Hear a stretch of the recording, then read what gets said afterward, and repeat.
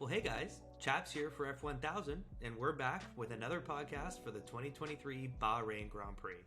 On today's show, Mike and I are going to break down what makes the Bahrain International Circuit unique. We're going to talk about which teams and drivers have promising signs for the Grand Prix tomorrow. We're also going to talk about which teams and drivers maybe have some warning signs for tomorrow's Grand Prix. As always, this is F1000, and we bet $1,000 on every race.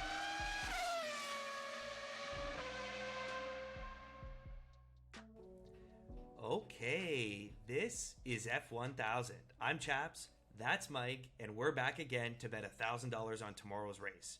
Mike, where do you want to start today? I think we start where we always start. Chaps, let's look at the track first. I think you said that you had some comments that you wanted to start on Bahrain International Circuit with. Why don't you take us through those?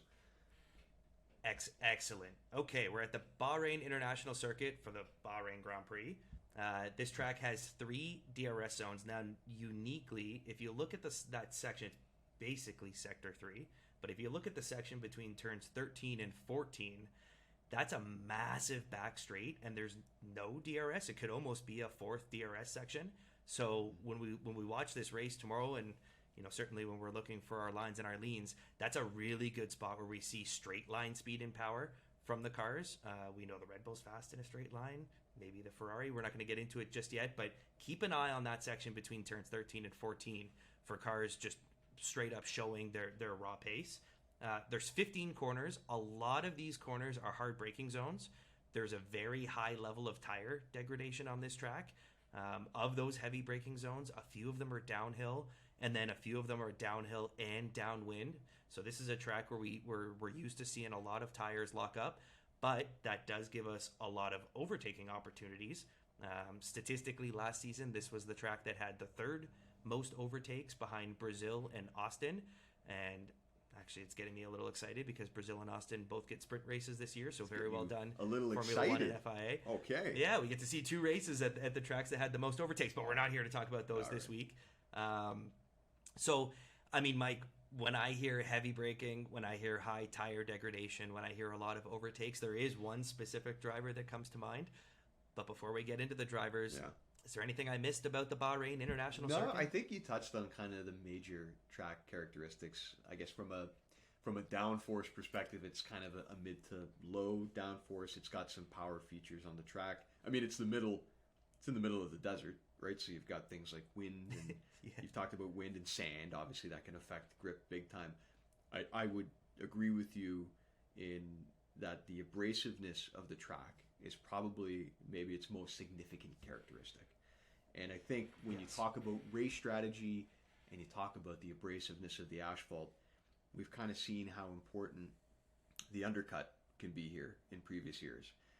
But it's very important that that final stop is made and done at the right time, or like you mentioned with tire deg, your tires are going to be toast by the end on those final few laps. So that's certainly something I'm going to be looking at. Well, and that's a really good point. It actually reminds me of something that I did forget. Last year, Ferrari won the race. I mean, the Red Bulls were ahead. They had some issues with their car, but the Ferrari won the race, and it was a 3-stop strategy that they used. So tire degradation, and to your point, an undercut or a late pit stop under a safety car. 3-stop strategy is somewhat unique and rare along the calendar. We're used to seeing sometimes 1 or usually 2 stops. Usually 2, yeah. So that's a testament to how abrasive the track surface is, for sure. It's something like that. Getting the strategy right, and you talk about Ferrari. I mean, this is quite the test right away to see if some of those changes that Fred Vasseur has made with the strategy, the pit wall with Ferrari, they're going to be put to the test right away in Bahrain, because there's going to be some very important decisions on Sunday tomorrow. Well, I think we've already seen a very important decision taken today from Fred Vasseur and the Ferraris. And let's kind of jump into the Ferraris. Charles Leclerc in Q3 decided not to go back out to try to set a second fast lap. Yeah. Everyone else went back out.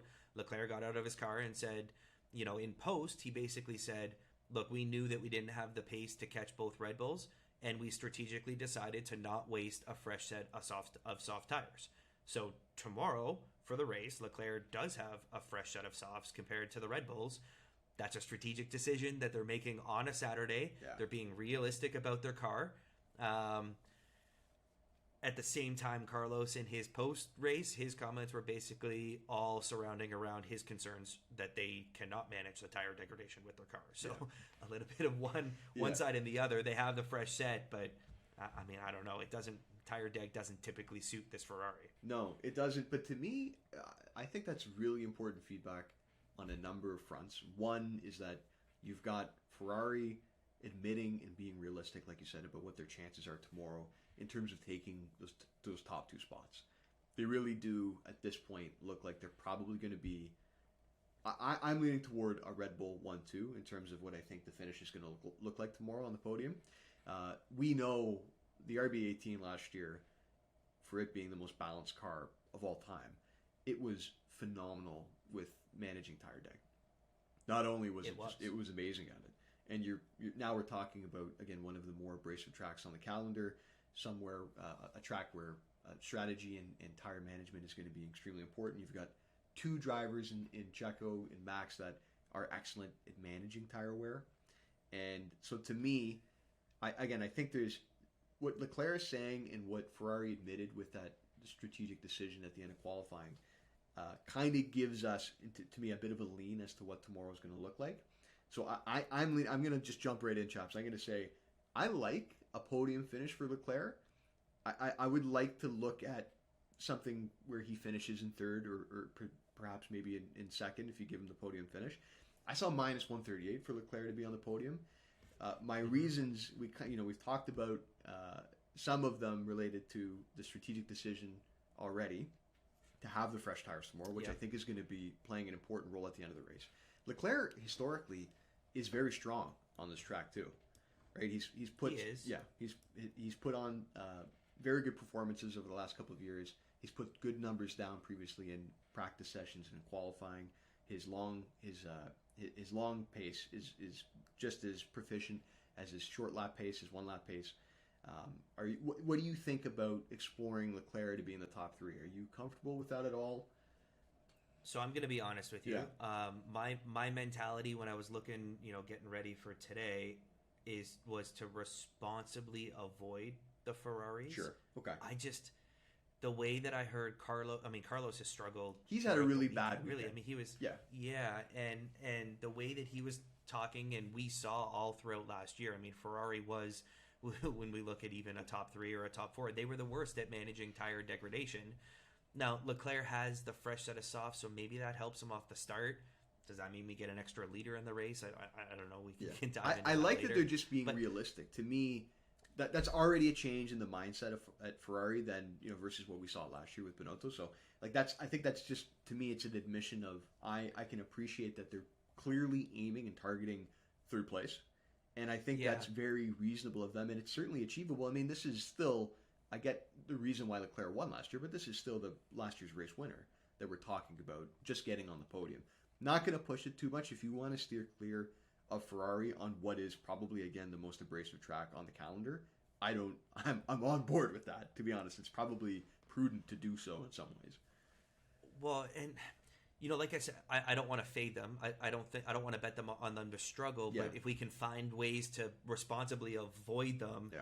where they could maybe still be on the podium, but if they're not, we're not going to lose all our money.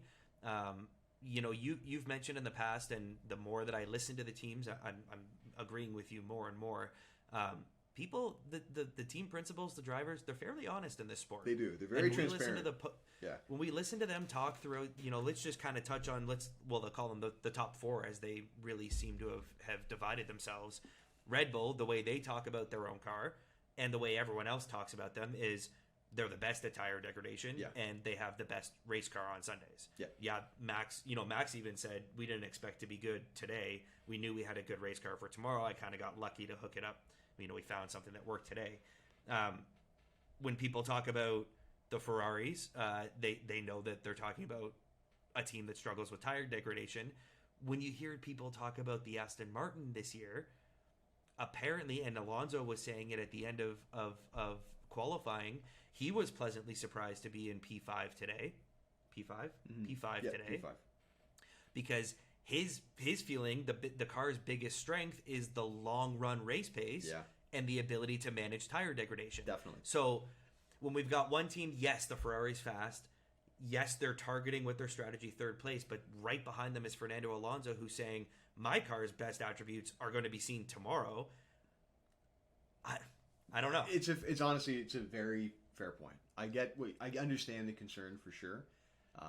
Perhaps, even the really great history that Leclerc has around Bahrain isn't going to matter ultimately if you've got, a faster car behind him that is managing the tires better. I'm in agreement with you. I get what you're saying. If you want to stay away from them, by all means, we can do that. I think what you're getting to in some ways is an acknowledgement that this is, and I think, a popular opinion amongst pundits and journalists and fans of F1, that it's probably going to be a Red Bull 1-2 tomorrow.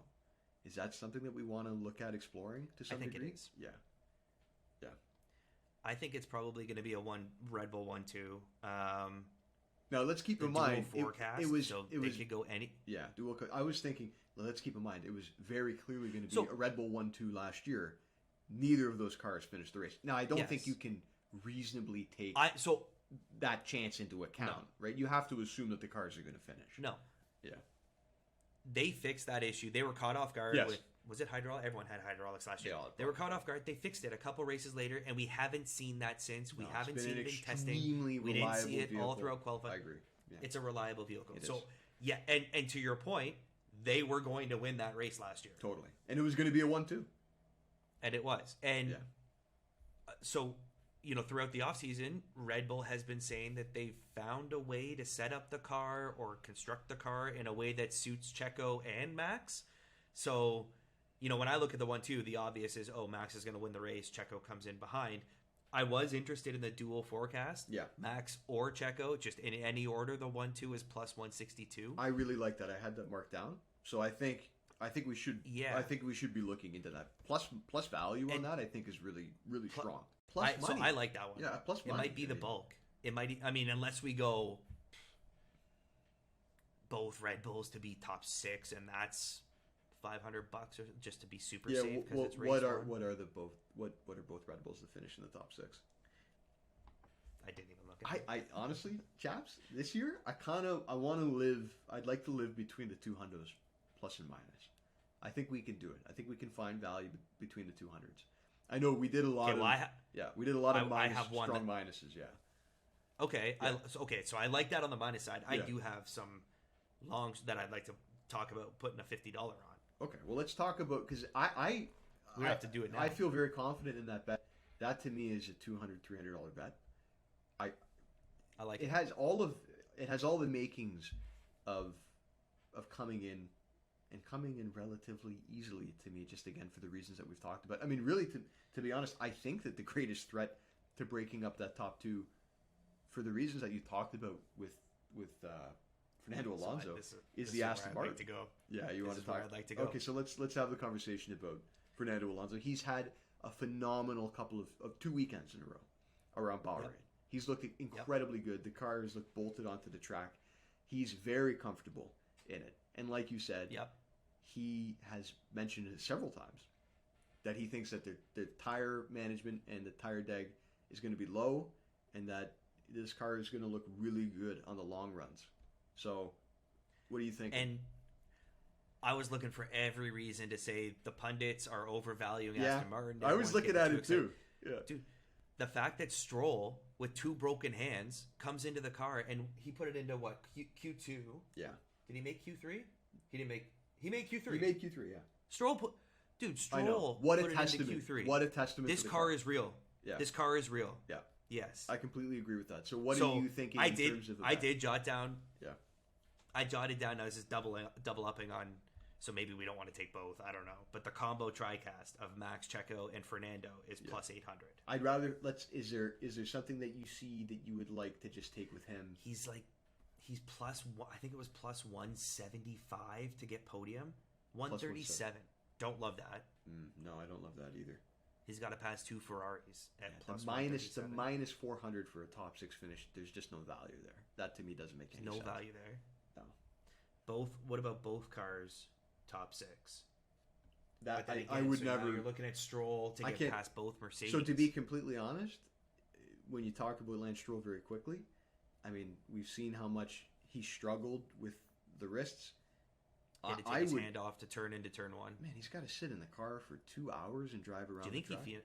No. Do you think he finishes? Why? I think it was plus 200 for him not to classify. That might be something that we want to look at. What are the chances that this guy is going to be able to sit through an entire race and not make a mistake? That's the issue, right? I was gonna say, even healthy, he's the biggest. He has the highest chance Yeah, to hit someone. It's a very good point. So, I mean, maybe we want to just jot that down too. I think circumstantially, this is a lot to ask of this guy, and he's not an elite driver. He's got an Plus elite. 225. It seems like he's got an elite car, but it's plus 225 for him not to classify. Yeah, no, not to classify. I don't know, man. I'm gonna jot it. Yeah, I would jot it down. So you don't like that combo. No, the combo to me, I'm not ready to take Leclerc out of it. I'm not. I don't know if Alonso. Again, I completely understand why you're looking at that way. I think so. I think the long run pace of the Ferrari still is better than the Aston Martin. So it just You comes. think so? I do. It seems based on some What of the makes numbers. you say that? Some of the simulation numbers that have been posted, it looks like the Ferrari still has an edge on the Aston Martin in terms of, again, the long runs. The advantage that we've focused on, that Aston Martin would appear, we're making assumptions, but would appear to have over the Ferrari is with Deg. And I like the fact, we talked about this before, I like that Ferrari has already admitted to understanding that that's going to be a problem for them tomorrow, and they're preparing already for it. That's a big difference from last year, like I said. So it's a huge difference not getting caught off. Yeah.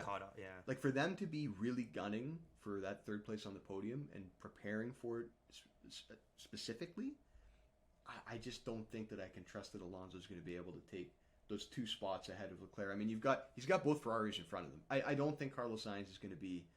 He's going to be a cork in the bottle. Like maybe that's about all he's going to do for most of the race. But because I don't think he's going to be able to hang on to that spot. But to be honest, I can see Leclerc. He might get Checo on turn 1. Then he's just running in P2 for a while. It's entirely possible. Yeah, it's entirely possible. So, I mean, did you write down the combo with the 3 of them? No, I didn't like anything outside of that dual forecast in terms of what the podium might look like. What about I didn't write it down, but I took a quick peek. How do you feel about the Haas? Hulkenberg put it into Q3, but K-Mag was out in Q1. Well, and it's funny that you just brought that up because he does not look comfortable in the car. He's very disjointed. Yeah, he admitted, I think, right after qualifying that he's just not in the groove with the new Haas. And Hulkenberg, I mean, the guy's had 3 years off, but he looks very nice. He looks very controlled. He looks very comfortable. In talking about shorter odds bets and one that I would feel more comfortable with, minus 275 for Hulkenberg to finish ahead of Magnussen. Minus 275. I mean, Hulkenberg starting in P10. Where's Magnussen? He's way down. Is he 17? He's like 14 or something. No, I think he's beyond 17. He's in 17. So you start with 7 positions on K-Mag. I know K-Mag had a phenomenal drive here last year. He started P5. I think he ended P5. This is going to be a different year, I think, for Kevin Magnussen. He ended P5 with both Red Bills out. He had a P5. He finished P5. Drop. He did get passed on track. Like he was going to be 7 or something. Yeah, and I guess my point is because I looked at him too to go upward, and I thought, well, last year he got passed. I think Hulkenberg is going to have. He's got the Magnussen effect. Like last year, Kevin Magnussen goes 5-5 in the first race of the season because he has no pressure on him. Actually, he had no pressure on him the whole season. Really, the pressure was on Mick Schumacher, and look what happened to him. This year, there is. Kevin Magnussen is now, even though he's the new old guy, I don't know however you want to put that, right? But he's got some pressure on him to perform. He's got to beat a guy who's been out of F1 for 3 years, right? And Hulkenberg, he's just a better driver than him, to be completely honest. I mean, I think historically... You think so? Yeah, I do. I think he's a better driver than him. Interesting. Yeah, I do. Because I fell into the Magnussen hype last year. Yeah, the way he came back. Yeah, and Magnussen is an aggressive driver who's had a change in mindset. It seems like with having a family, he took way too many risks before when he was with Haas. It seemed like he's more controlled, he's more calculated now. I think Hulkenberg's always been that, right? Right. So now you're just talking technically who's a better driver. I think Hulkenberg is. I think he's more comfortable in the Haas than Magnussen is right now. I think at this point to get minus 275. All those, he's got 7 spots points on him to start the race. I was just going to say, all those points you could have convinced me pre-qualifying to just take Hulkenberg. Yeah. Now he's got 7 spots on. Yeah, 7 grid positions. Why did he not set a lap? Was it track? I can't remember them. Did he have a track limits violation and didn't get it in on time? Like I think he might have. Yeah, he might have been out on low fuel and then just didn't have the fuel left to run the final lap. I mean, actually, if you think about it, in theory, he could have started hard. He could have started ahead of Ocon. He could be in 9. He could have started ahead of Stroll. He's looked very good. He's looked very good for the last 2 weeks. I like that. Yeah. So you're interested in that? I'm interested. Yeah. Okay. What's You gonna jot that down? What's him? I'm just curious. Like, what's him in the top 10? Just for comparison, points finish. I don't know if I have the same level of confidence in that. I know, but does the odds reflect that? It's minus 125, so the odds do reflect minus 125. The odds they are. Who catches him they're from bullish on Q2? Yeah, on Hulkenberg. And Haas actually. So they did show. The thing about Haas is. Lando's right behind it. Yeah, they did show. Lando can pass him easily. Can we talk about Lando quickly? Because I think you're getting. I think so. Lando points finish. I just pulled that up. Minus 110. Like that's what was that last year? That would have been minus 200 all of last year. Oh, so you like it? Yeah, because I think that, and Lando said this himself. Like the struggles of McLaren, I think have been overplayed pretty significantly, right? Realistically, you think so? Yeah. Okay, so we know. Let's talk about the brass tacks. They missed their development targets. That's fine. They had minor reliability issues in testing. I think there was what was it? The wheel brows were the problem. Like I mean, that's not a fundamental problem. It was the car, right? But it did mean they didn't they run the least laps out of everyone? Did. Yeah, that's fine. And the car, and we know it. So to be honest, what else do we need to know about this car? It's super draggy. It's going to get eaten up on the straights. It is what it is. I guess my point is Lando Norris is an elite driver. He is starting one position away from being in the top 10. Yeah. And we think Lance might not survive the race. No, exactly. Historically, they do manage their tires very well. Again, Lando, like I said, he was pointing out they're nowhere near as bad as the paddock seems to suggest. And I think you're going to see this with McLaren all year. It seems like a very unbalanced car. It has very bad one-lap pace. It's just, again, when you have that drag, that deficit in terms of drag, you're going to be slow on one lap. But the long-term, like the long pace, the long-run race pace, it actually looks fairly good. It's probably close to it look like the top of the midfield. And what I really like about McLaren is they're always fast in the pits. That's a huge advantage. Right? They've consistently been, and this is something that the team has invested in for a really long time, like getting in and out of the pits very quickly. They don't make mistakes. I think if you look at the fastest pit stop odds every week, they're usually number 2 behind Red Bull. Right? So they're elite in terms of getting in and out of the pits. And when we're talking about the top of the midfield and how tight it's probably going to be all year, again, there's been a lot said about how much the car could struggle in terms of fighting with Aston Martin, in terms of fighting maybe with Alpine for that top midfield spot. This is still, probably the most prestigious behind Ferrari, or maybe equal with Ferrari. It's still the most prestigious constructor on the grid. They have an elite driver. It is. Oh, yeah. I think they can get into the top 10. Like Lando has that ability for sure. And he's incredibly comfortable in this difficult car, which is remarkable, right? You're making me lean this way. I mean, even when we look at who's behind him. This is secret value. It's secret value. I think it's secret value here. Zhou, Tsunoda, Albon. Like, I don't think he's really a threat from behind. Let's keep in mind that the McLaren pass an injured Lance. So they've got an advantage in the pits. They've got an advantage from a reliability perspective. They've got the Mercedes power unit, which we know. I mean, all of last year was very reliable to the point that we were putting significant bets on them. So, and Right. that's, to be honest, when you think about Haas and Alfa Romeo all around them, we don't know necessarily what's going to happen with the Ferrari power unit just yet. We don't know. That's true. There's still a bit Are you of uncertainty. Are you considering Gasly a non-factor? So he finishes last because they deleted his time, and then he got speeding in the pit lane. I haven't. I don't really have a. It brings me back. What do you think? Plus 200. It brings me back. We in our future show, the McLaren and Alpine was the matchup. So I'm just looking. Their Ocon's ahead of Norris. Is Gasly any factor to go from last into the top 10 in what we think is a better Alpine than a McLaren? Or is that just too far? I think it's too far. Yeah. That's my opinion is at this track. I think it's a bit too far. I like Lando in the top 10 if not for like any just this might be the best odds the best value we ever find on it. I think so. -110. I think it could. Just there's been so much downplaying of the McLaren for so long that I think it's affecting the perception, the realistic perception of the car. Right? And the fact that you saw Piastri go out super early in Q1, again, I don't think that the strength of this car is going to be one lap pace. It's not going to be. It's very draggy. It's very difficult to rotate.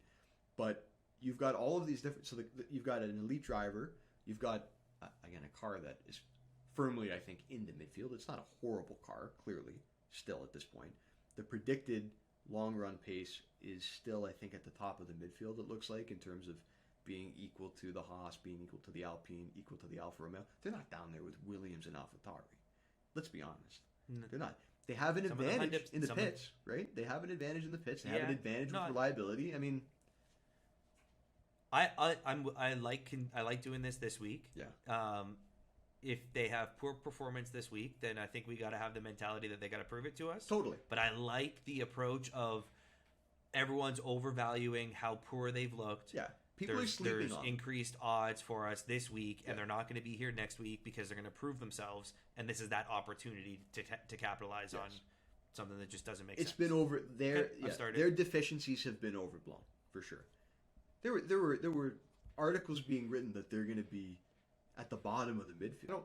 I mean, ultimately, when it all shakes out, it depends on how the points are being distributed. Could they be at the very bottom of the midfield? I think it's unlikely. Ultimately, in the end, Piastri being a rookie, he's probably not going to score all that consistently for them. But I think Lando Norris is so good.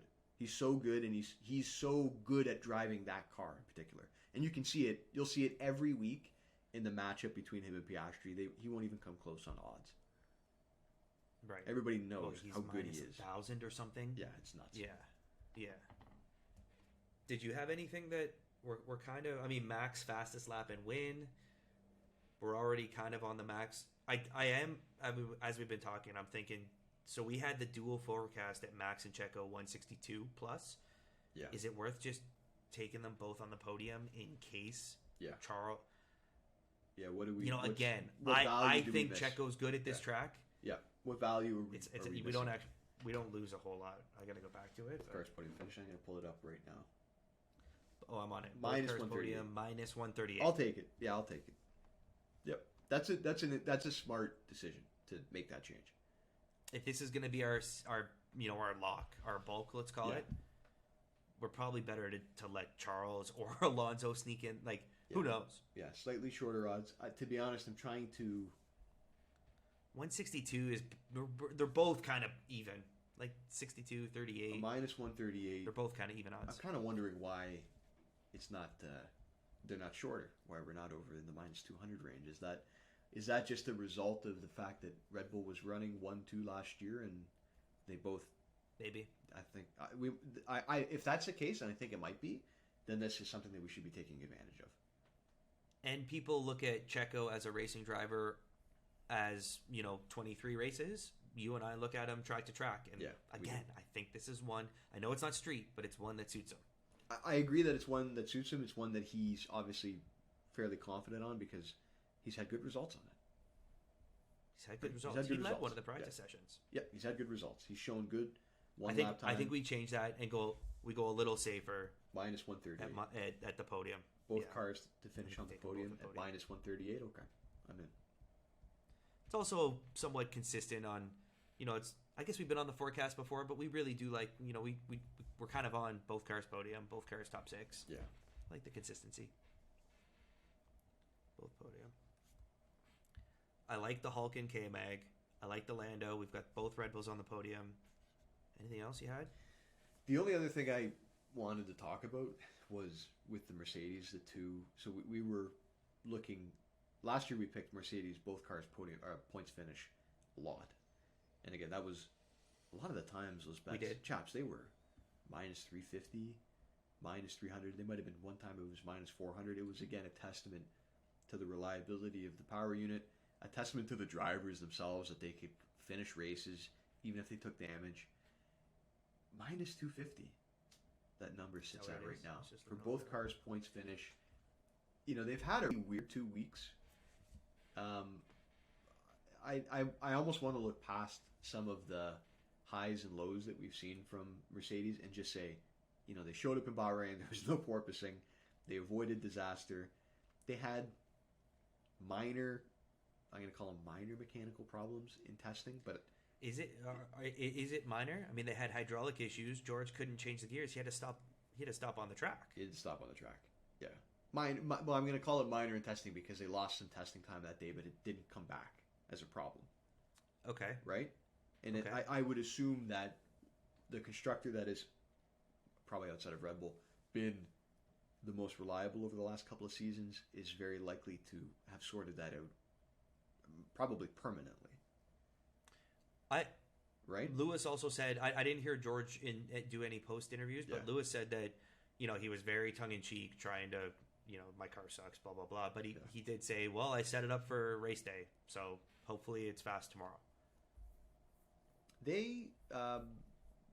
So we know that I'm assuming that the W14 is similar to the W13 in the sense that it's going to manage tires probably pretty well.